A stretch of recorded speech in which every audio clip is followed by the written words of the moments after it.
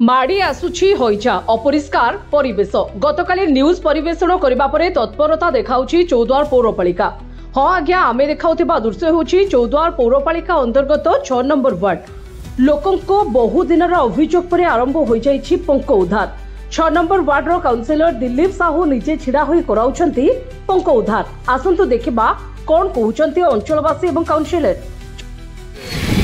मो ना महेश कुमार सिंह आज्ञा ना मुन्ना आम 6 नंबर गाड़ी बाबू भल मंद कि जहाँ पंख उद्धार पर्यंत बहुत दिन है जाम आगे पड़ता किंतु कहला भल मंद सी आसिक निजे देखिले देखला सी अभिया सब कम अलरेडी कर Dilip Sahu councillor ward number 6 कौन कहे यही जो सारा राज्य बर्तमान जो हईजा माड़ी चली सी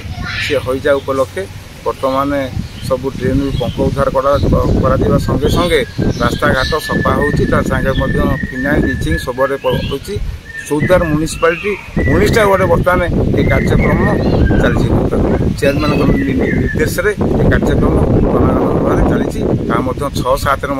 संपूर्ण कार्यक्रम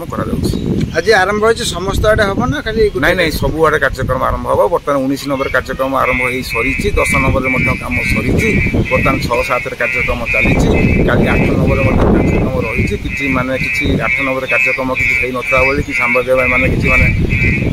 माने बाहर करते तेणु आज सकाले तदारख चेयरमैन कहवा अनुसार से पहुँची तदारख कर तुरंत कार्यक्रम कर निष्पत्ति। चौद्वार नवीन राव रिपोर्ट जे न्यूज।